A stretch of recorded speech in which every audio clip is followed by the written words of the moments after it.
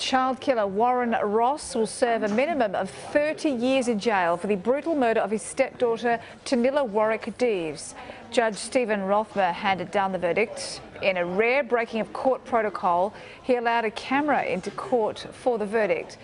Rothmer said Tanilla's murder was approaching the worst category. He went on to say Ross had not expressed any regret or remorse and continues to assert his innocence. I have determined that the objective seriousness of the offence is not one that brings it in the worst category of offences of murder. Nevertheless, I have concluded that it is one that approaches the worst category of case for which a significant but determinate sentence should be imposed. I have taken into account each of the 11 cases in which a person has been sentenced for murder of a young child. No two cases are identical, nor do I consider that the 11 cases constitute a range that mandates or is indicative of a particular outcome. Bearing in mind all of the factors to which I have made reference, I consider that a head sentence of 40 years imprisonment is an appropriate sentence. The length of that sentence means that there will be sufficient time, assuming parole were granted, for the offender to reinforce in the community any rehabilitation that may have occurred in prison. I do not find special circumstances.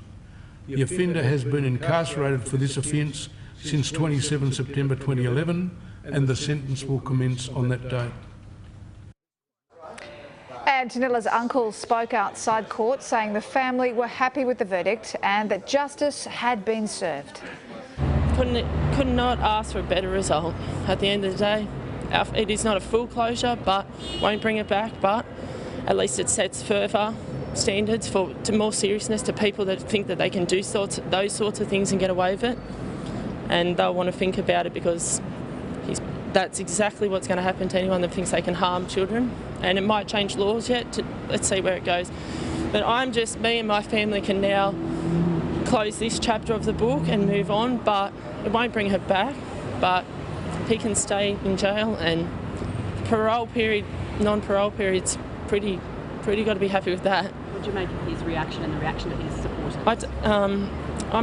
That's them. You know, they feel like they will always feel like they have to justify and go say what they need to, and they don't think he did it, and he doesn't show remorse. So they need to think about that. They can say whatever they like and think whatever they like. It was a child that died at the hands of him.